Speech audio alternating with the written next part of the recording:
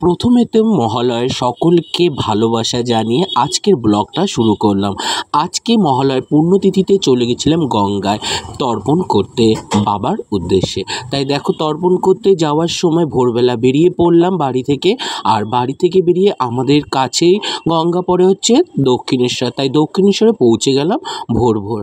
আর দক্ষিণেশ্বরে এসে তর্পণ করব, আর এখানটায় এসে খুবই সুন্দর লাগে। তাই দেখো, তর্পণ করার সময় আমরা পৌঁছে গেলাম এখান থেকে। এই যে দক্ষিণেশ্বরের মন্দির দেখতে পাচ্ছ, এইবার চলে যাচ্ছি আমরা গঙ্গার ঘাটে।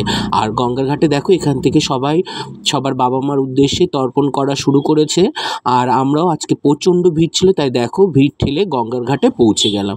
আর গঙ্গার ঘাটে পৌঁছে গিয়ে যে যার নিজের জায়গা বুঝে চলে গেল। তারপরে দেখো, স্নান করে এসে ঠাকুরমশাইকে এখানে আমরা চলে আসলাম ঠাকুরমশাইয়ের কাছে তর্পণ অর্পণ করে দিয়ে জলে তারপরে চলে আসলাম প্রসাদ গ্রহণ করতে। তারপর দেখো, এখানে আমরা হিঙের কচুরি আর ছোলার ডাল সকালে খেয়ে নিয়ে আবার বেরিয়ে পড়লাম বাড়ির উদ্দেশ্যে। আজকে প্রচণ্ড ট্রেনে ভিড় ছিল, তাই দেখো প্রচণ্ড ভিড়ের মধ্যে তর্পণ করতে হবে। তাই তর্পণ করে কিছু ছবি তুলে আমরা সকাল সকাল আবার বেরিয়ে পড়লাম বাড়ির উদ্দেশ্যে। কেমন লাগলো ভিডিওটা অবশ্যই লাইক কমেন্ট শেয়ারের মাধ্যমে একটু জানিয়ে দিও। টাটা বন্ধুরা, ভালো থাকবে।